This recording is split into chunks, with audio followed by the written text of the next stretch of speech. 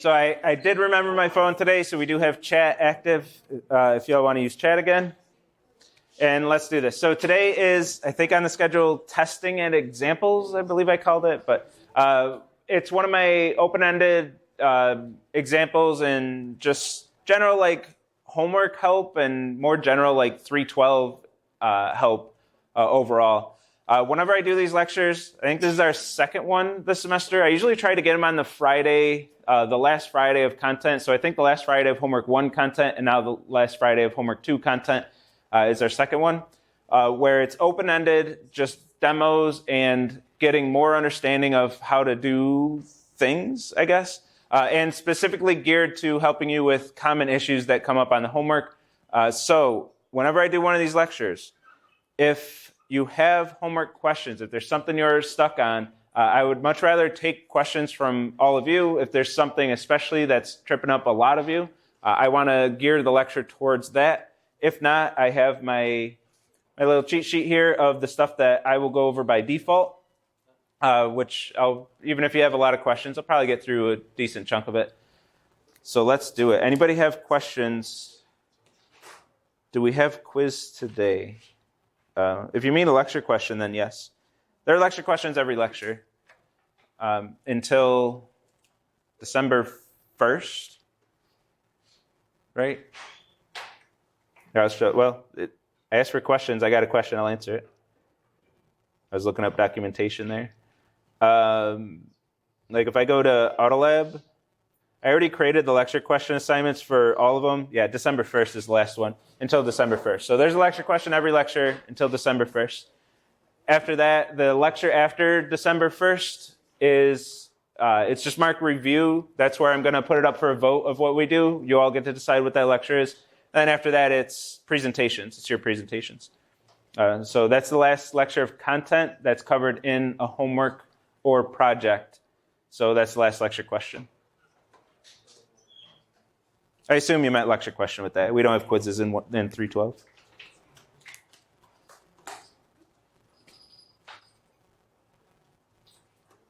Okay, anything else?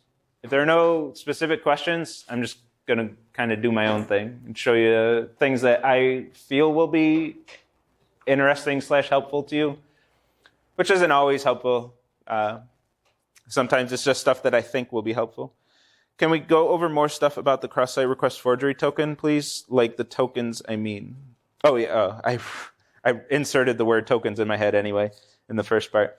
Yeah, this one will help if you have a more specific question, but without a more specific one, I can just go over, in general, what they are. And for that, I'm going to use my slides and kind of cheat a little.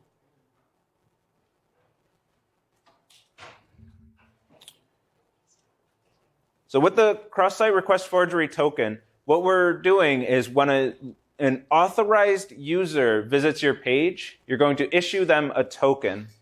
You're going to say, this is your cross-site request forgery token, and you're going to embed that in the HTML somehow.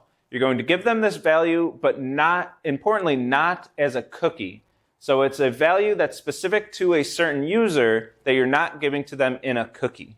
You're giving it to them in the HTML itself. We usually do this with a hidden form input, like I have here. The homework is set up a little different than this one. Especially for an AO, you have to figure some things out on your own, figure out how to get this value in your HTML. We talked about HTML templates a few weeks back.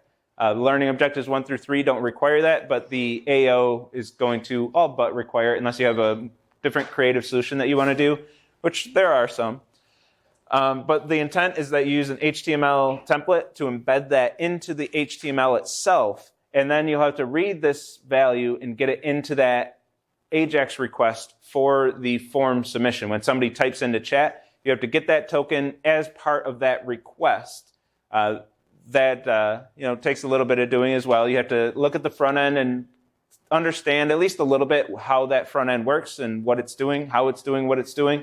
Get that token in the request, and then when your server gets a request for a chat message, you're not just checking the auth token. You're checking the auth token, and if they're authorized, you want to also check that cross-site request forgery token. If that token, that cross-site request forgery token, was issued to that user, very importantly, to that user, not just was it issued to someone, was it issued to that user, then you're going to respect the request and post their message to chat. I didn't put it in the testing procedures. It's kind of implied on this one. I just thought of it actually, but it is implied accurately, is if an unauthenticated user is sending a chat message, you don't have to check the cross-site request forgery token. If they're not authorized, they're going to be a guest no matter what. Anybody can send guest messages. We're not concerned about that attack. The attack is, can an attacker send a message as an authenticated user? Can they send an authenticated HTTP request that your server will check an auth token and say, yes, this is this user? That's what we need to protect against. So if they're a guest, there's no concern with cross-site request forgery. But if they're not, then we have to check this token. Pull up the user account. If they have an account, if they're logged in, if the auth token checks out, all that stuff goes. You have this username. You pulled from the database their cross-site request forgery token or tokens, if you're doing multiple tokens, and that token matches, then it's a good request. If it's not the token, a valid token for that user, then it's 403, access denied, unauthorized. And I forgot I didn't get through all these slides. I'll talk about it briefly about cores.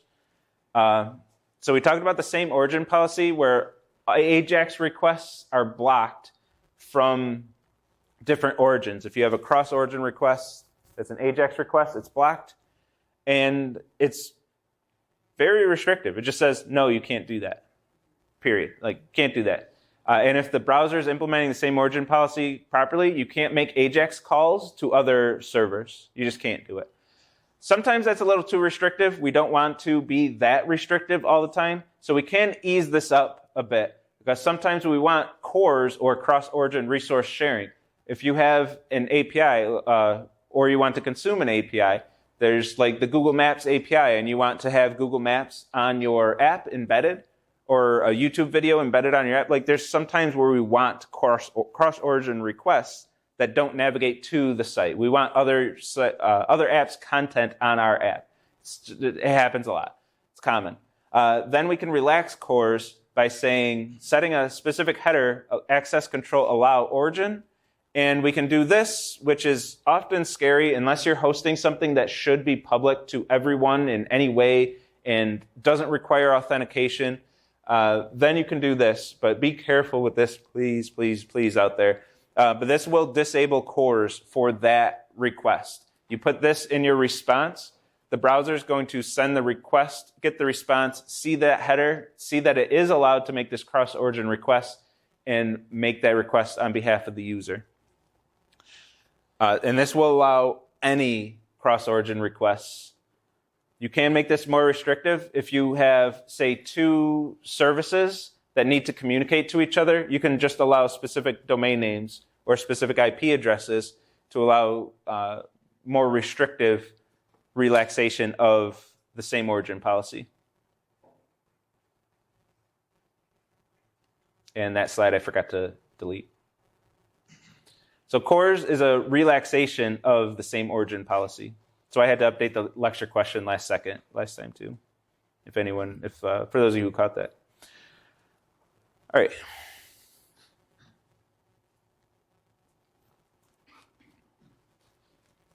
Anything else?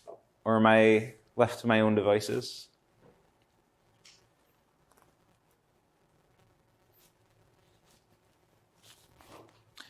All right. You can ask questions at any time. Oh, we do have a question in chat. All right. Not really a question about CSE 312, which is fine.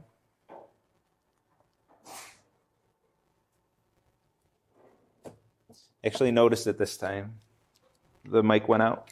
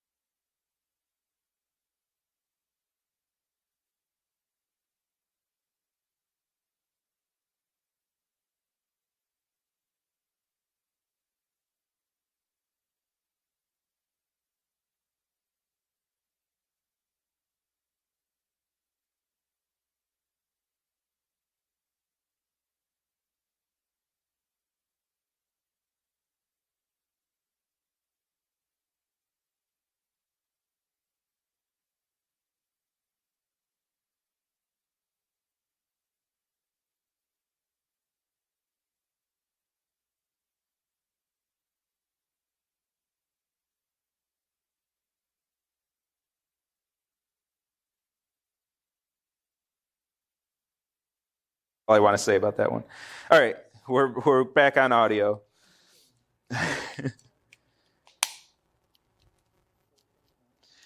So with that, let's go to my first thing. The first thing I want to talk about is running a database. I don't need the project structure. I have the things I want to talk about right here.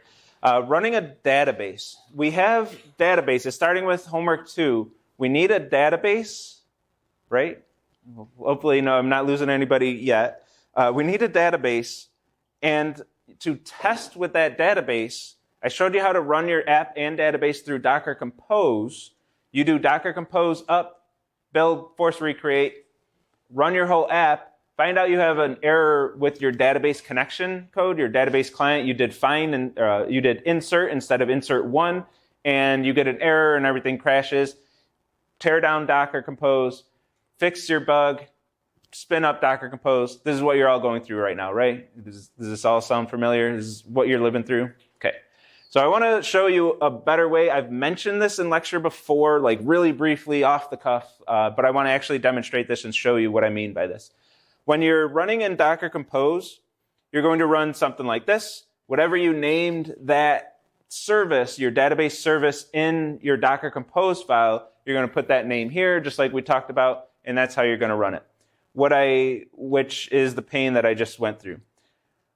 What we can do, a better way we can do this is running either I'll do MongoDB here, either MongoDB, MySQL, running your database locally, spinning it up, and then connecting to localhost to connect to your server. And then you can just run Python. Run your server as Python, like you most likely did before you had the database. The database kind of pushes you towards Docker Compose in your debug cycle, which is painful. Docker in your debug cycle sucks. It's slow. It takes forever.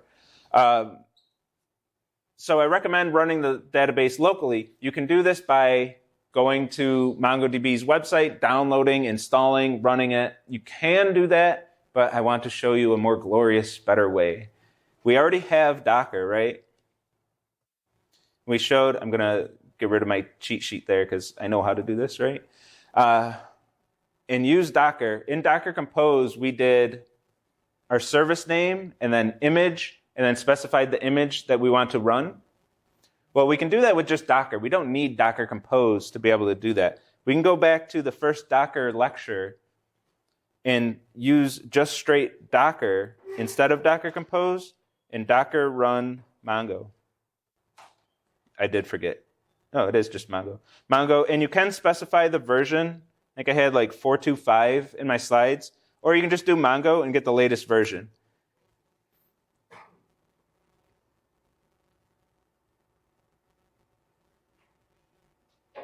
And it should do something. I think it's because Docker's it was in sleep mode. And now MongoDB is running on my laptop. That's it. That's all I got to do. Instead of going and actually installing MongoDB on your hardware, we already have Docker. You know how to use Docker now? You have that installed. You already went through, if you're on Windows, you went through the whole WSL process and all that pain. You already have that all set up. Why not use Docker to run your database for testing as well? So what I did was run the Mongo, whatever the default Mongo image. I wonder if it'll tell me in here which one I got, which version, but probably just the latest version of Mongo. It runs it inside a container, downloads the image. The image was already downloaded, so we didn't have to watch it download, but used that image and then created a container off of that image and gave me a brand new database. The problem with that is, how do we access it? We can't access that database because it's running inside a container. We didn't use Docker Compose, so it's not giving us this simple structure by whatever you name the service. It's not giving that to us. So no problem. We know how to do this too. We're going to do -p to map a port, and map a port from localhost to a port inside the container. And I want to do 27017. So I'm going to map localhost 27017 to 27017 inside the container. This is how we did it when we just had Docker before Docker Compose. This is the same thing as the ports line in your Docker Compose file of mapping that port. If I run it like this, now my Mongo database that I'm running inside a Docker container is accessible through localhost 27017. So without going to the website, downloading, installing, without going through that, which if you're going to do a lot of database stuff, you might as well do at some point in your life anyway. But it's easy enough to use Docker once you have Docker set up to run your database for local testing. Now I'm going to connect to localhost because localhost 27017 is going to talk to this container that's sitting here running in Docker. Can we do Docker? Where's my Docker desktop?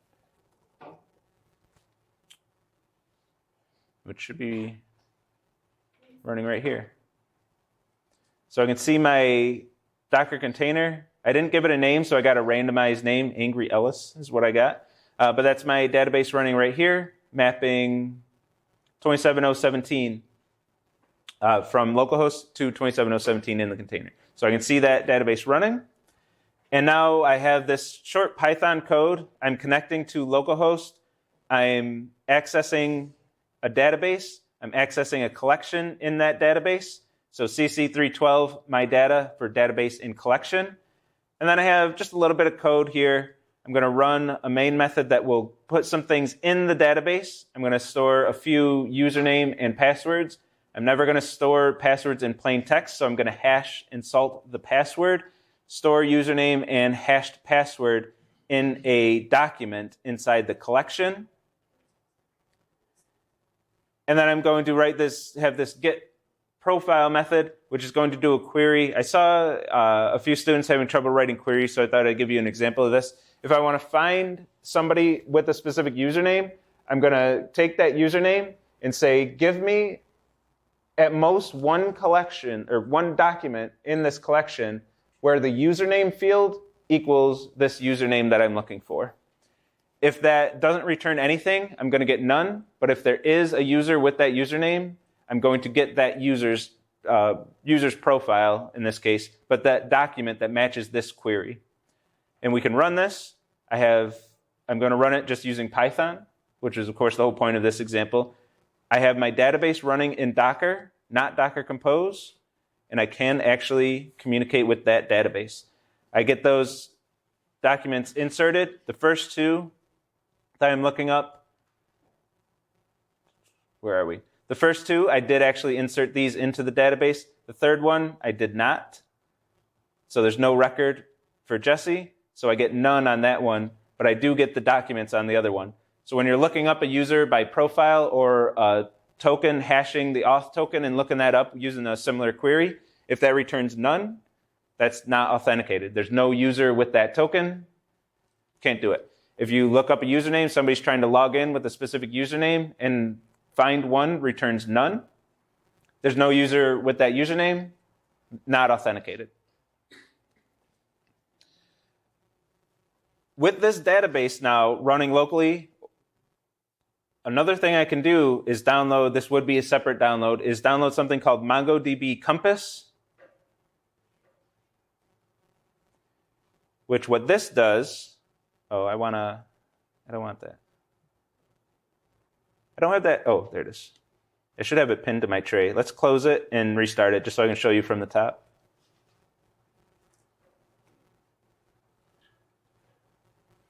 And there's a similar client for MySQL, if you're into that. So when you open up MongoDB Compass, it's going to ask you to submit the URI for your database. I'm running my database on localhost, and I'm mapping, or I'm not running it in localhost. I'm running it in a container, but I'm mapping localhost 27017 to 27017 inside the container. So my URI is MongoDB as the protocol, host is localhost, port 27017. Connect. And guess what I can see? Everything. I can see everything in that database.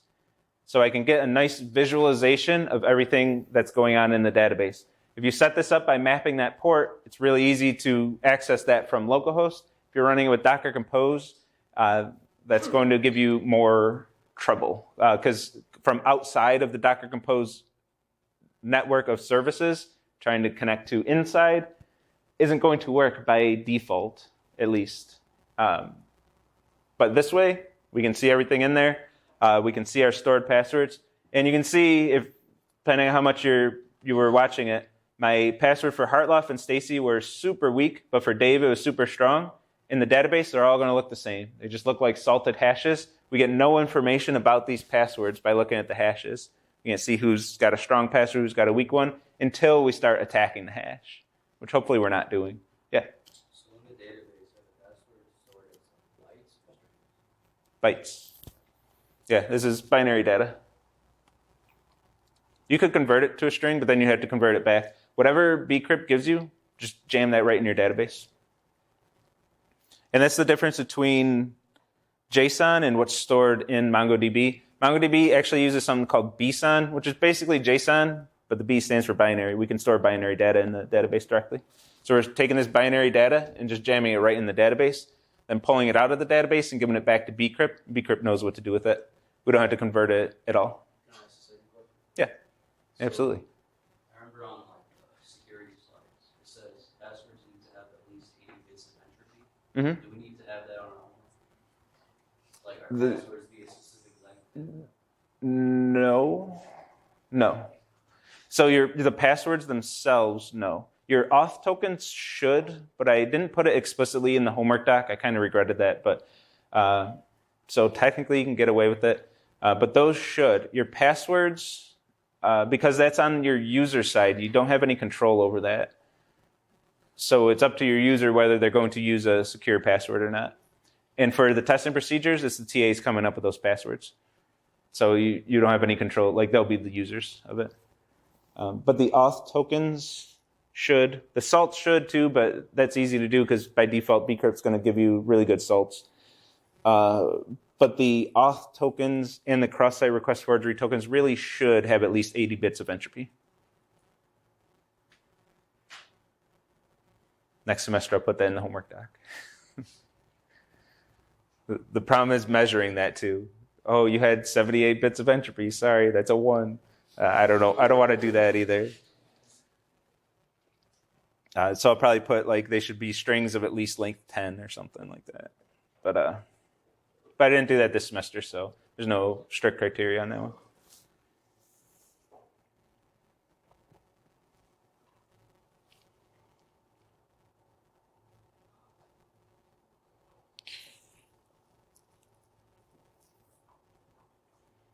No, wait. I thought we need to register a user in the database for homework 2. Do we need to do that hard-coded for username? No. Wait, no. I'm doing this as an example. So this will all be happening in your app. Like, creating an account will happen by a register HTTP request using the form. I'm just doing this so I can do something in lecture. I just needed some code that used the database, and I decided to make it similar to the homework just to, in case somebody's really lost on how to start the registration process, this basically is the registration process, except these two values are going to come from your HTTP request from your users. You're not going to hard code profiles like this. Don't do this on your homework. Oh, I swear to God, if somebody does this on their homework. Don't do this. This is just my example. I needed some code where I could just hit the go button and have it use a database to show you that I can access that database on localhost. And when you're done testing, if you are doing this method, please make sure, you probably all read my comment by now here. Make sure you're switching back to your Docker Compose configuration, doing your one final test with Docker Compose, making sure Docker Compose doesn't break anything, because sometimes it does. Sometimes having your fully functional app and then getting it to gel well with Docker Compose takes some time. If you miss something in the Docker compose.yaml, the configuration, something that can take a little while. But making sure it works with Docker Compose and then submitting with the Docker Compose configuration. Do not submit your homework like this, because your database is not going to work and you will lose lots of points. You're going to have to rely on that makeup deadline, the late deadline. Don't do it. Don't do that to yourself. Make sure you're testing.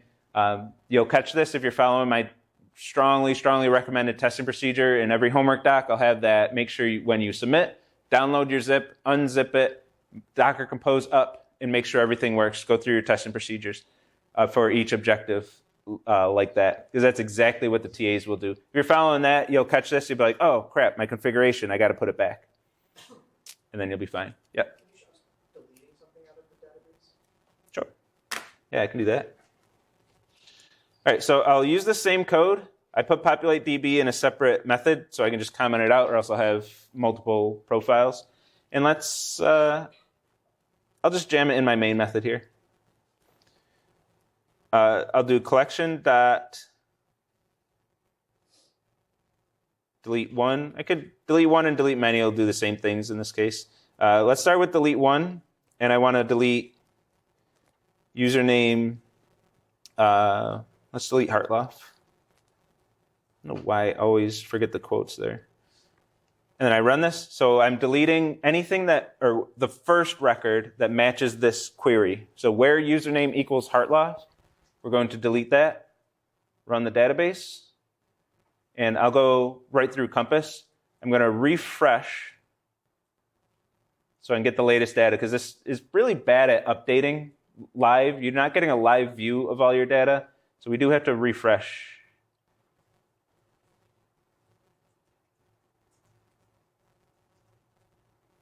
Did I get my refresh? Refresh. There we go. And it was deleted. So apparently I thought that would just refresh everything. It doesn't. But I refresh, that data's gone. And if I want to take this a step further and do delete many, or if somebody does this by accident, we can delete many, which will delete everything that matches a query. And if I give no query, this is going to delete everything that matches anything. So if I run this one, I just wipe out my collection. This is basically your drop table. This is your drop collection. The collection will still exist, but all the data is gone. So be careful with that delete many. Make sure your queries are right when you're doing delete many. And these are hard deletes. Like, there's no soft delete here. Yeah? With the deleting, do we just have to match one of the fields in the document within that collection? So like that, in that case, you used a username, but if we wanted to like delete the password or something, would that be an option? Yeah, you can do any query. Like if I have the hash of a password and I want to delete based on that hash, yeah, I could do that. Anything that matches the query. And you can do multiple things. If I want to do, like say I'm deleting messages and I want to delete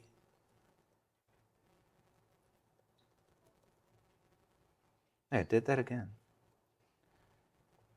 Maybe I've been spamming chat with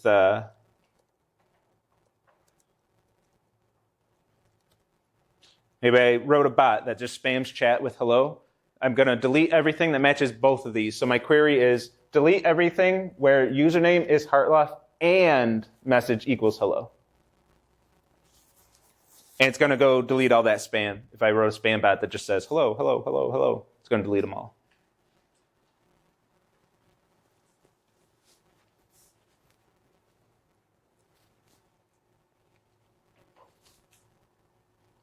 Where does bcrypt keep the salt it uses? Let me run this again. So I have actual data in my database because I deleted all the data. Refresh this.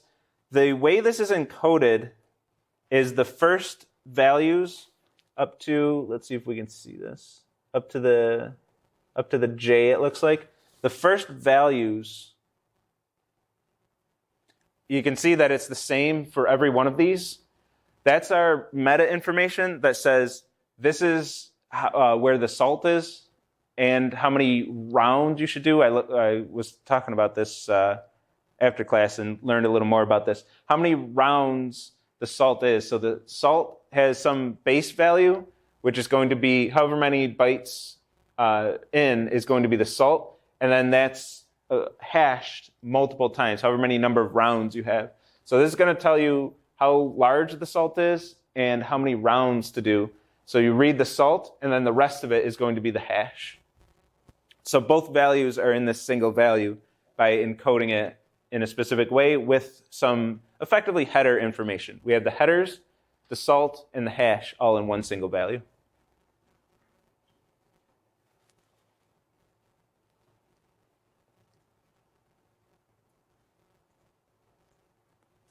All right. Any other questions on this? Everyone see the light of how to test with a database like this? Okay. What's up? For the token, we don't need to solve it. No. In fact, you shouldn't salt it. So if you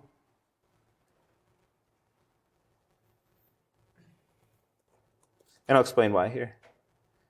You're going to have your find one. Your find one is going to say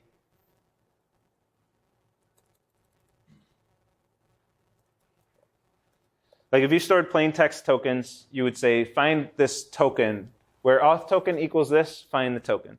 That's not exactly what we have. We hash them. But what we can do is hash the token and say, give me the auth token where the token equals this hash, right? If we salt, we can't do this anymore because we have to pull the user's record to find out what their auth token salt is, append that salt, and then hash, and then check if the hashes match. But to do that, we would have to go through all of the user accounts in our database. We would have to first do find. We'll do find with no query. That's going to give us all of the records, and then go through one by one, read the salt, append it, hash it, check it, and go through all the profiles until we get one that matches. So if we salt the token, this part is going to be a much bigger pain and for no actual gain. You don't get anything by salting the token because the token has more than 80 bits of entropy. Nobody's going to guess it. No attack exists that's going to crack it before the sun burns out. No danger there. So you hash the token, and then it's one query. Find one where auth token equals this hash value. If you want to salt them, there's no real reason except paranoia, but if you do want to salt them, you do have a lot of extra work on the lookup side.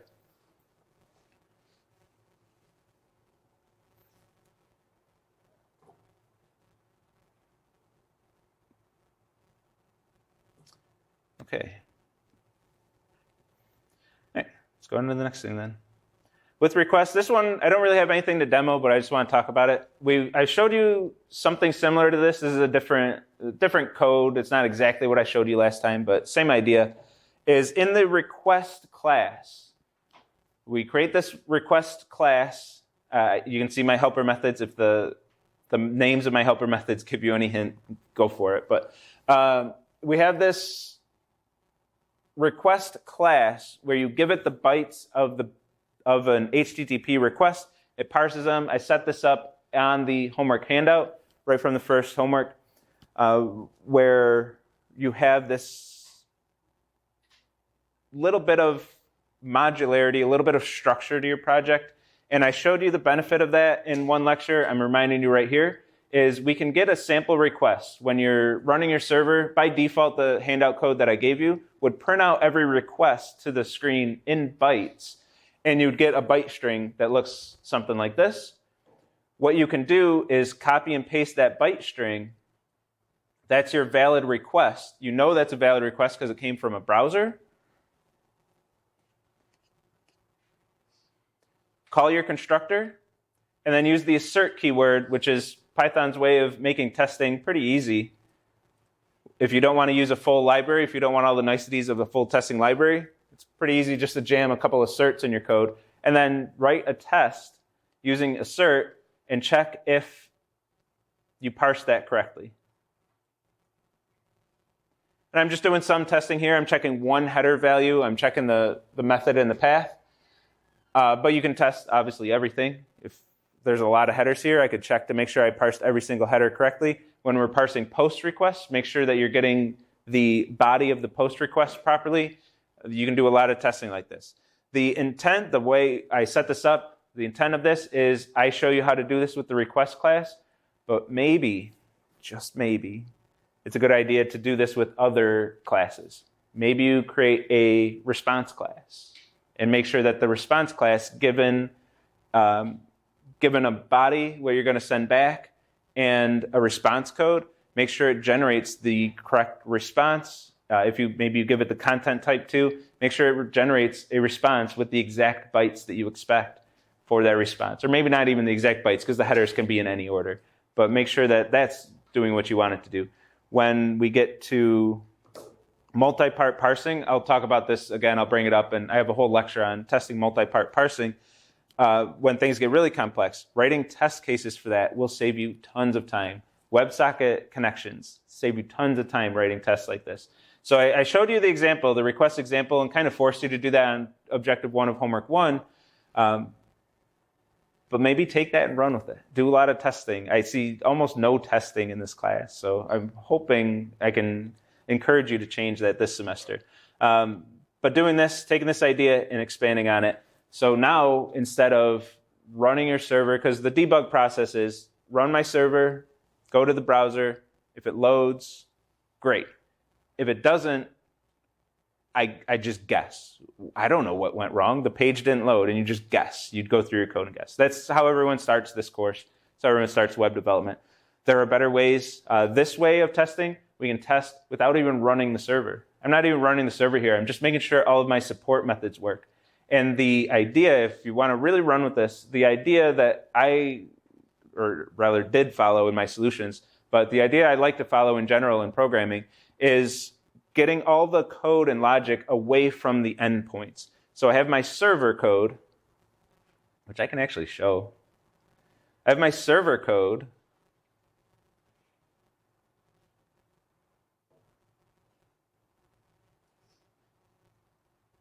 Like my handle method is very small. My server code doesn't do much. It does just about the same amount of work as is in the handout for Homework 1. I don't want to do much in here at all because this touches the internet. This touches TCP, and that's a pain in the ass to test.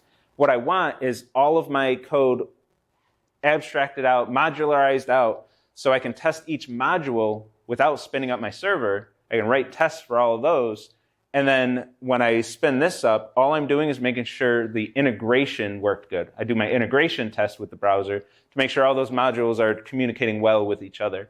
But each module itself is self-contained, self-tested, and then I just glue them together with this thing, which is all going through a router class that I have.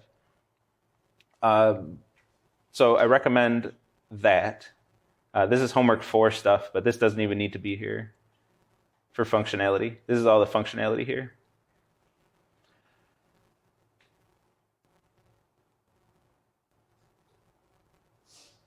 Oh, I actually do want to be in this class. And, all right, so that's all I want to say about that, unless somebody has questions. The more you can test without having to run your server, the better. You know that debug cycle is slow. Hopefully you're at least cutting Docker Compose out of that debug cycle, doing the first thing we talked about. Even with a database, you can cut Docker Compose out of your debug cycle, but cutting TCP out of your debug cycle too. That's the next step. If you can do that, you're going to speed that up way fast. You're going to really cut down your time it takes. But eventually you do have to run your server, and some of you won't do those first two things that I said, and that's fine, I guess. I mean, it's up to you. And you'll run your server and want to find bugs in your server that way. And what most of you do, and even what I recommend in office hours, because I don't want to go through everything of setting up this next thing, is print statements. Did you print out the response that you're sending? Can you print out your response? Let me see your response, and I'll look at that and make sure it's what we expect. And it's not what we expect. We deduce why. That's like a lot of how office hour visits go for me, is printing things out. But there's a better way. You all know a better way. I'm going to run this server, right? I'm going to go. Hopefully that's obvious enough that most of you know where I'm going with this. But I'm going to go to my server and then just make sure everything does what I expect it to do, right? And then let's say it doesn't.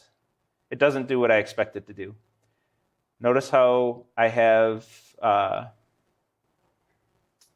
an IDE here where I can set a breakpoint and run the debugger,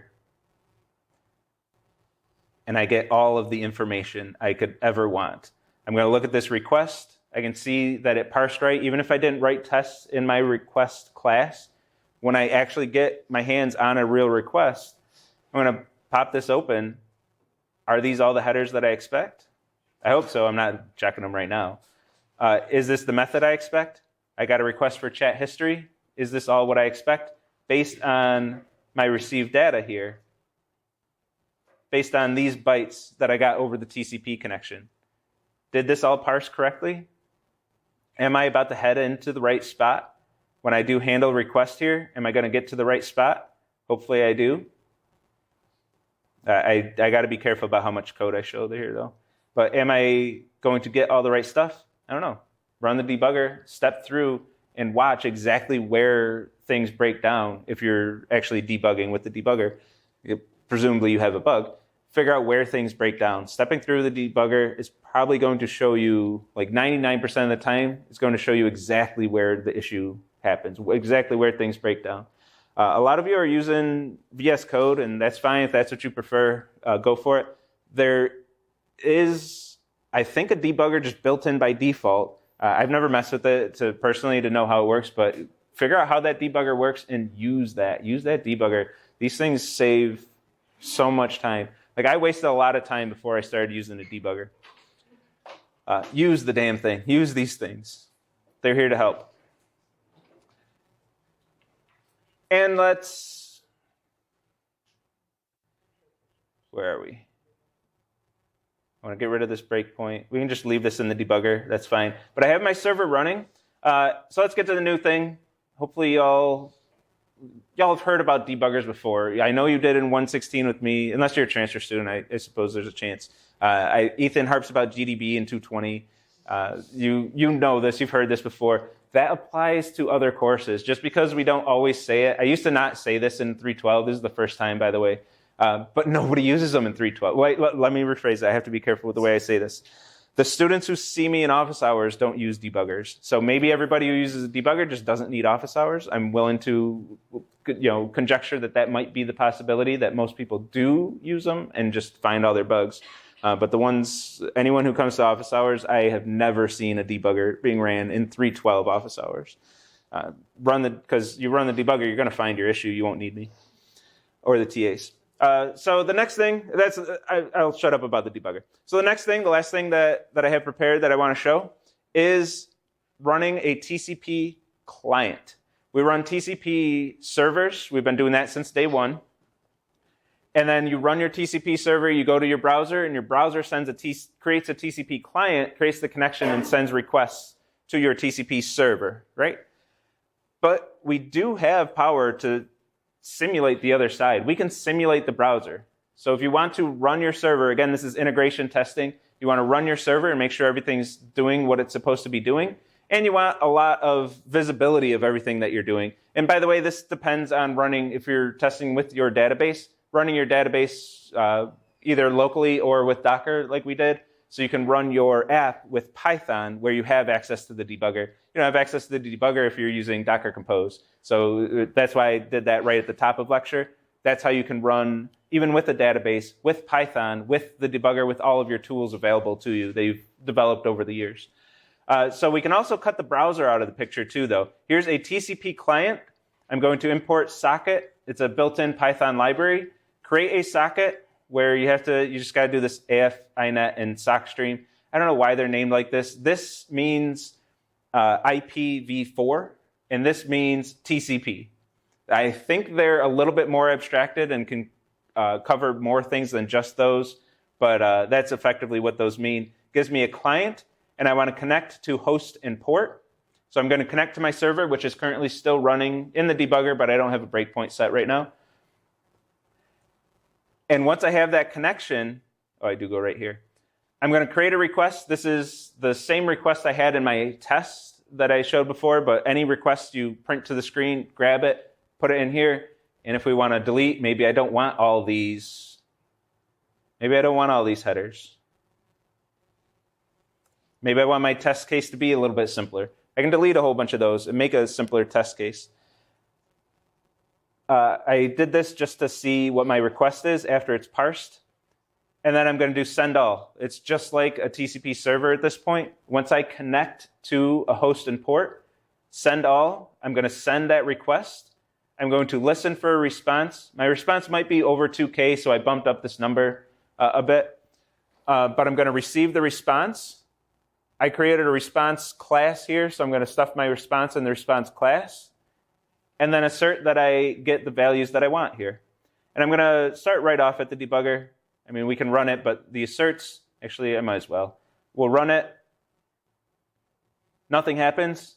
If the asserts don't, actually, just to demo this, if the asserts don't fail, it works as normal. If we have an assertion error here, program crashes and says, hey, that assert failed. So that's how our testing works using these assert keywords. But if I set a breakpoint, if I'm debugging something, I'm probably going to use the debugger. Take a look at my request. Make sure everything checks out there. Check out my response. Make sure that the response from my server is what I expect it to be. I requested the home page, so I expect the body of the response to be all this HTML. I expect my headers to be text HTML with UTF-8. I beforehand check to make sure check the content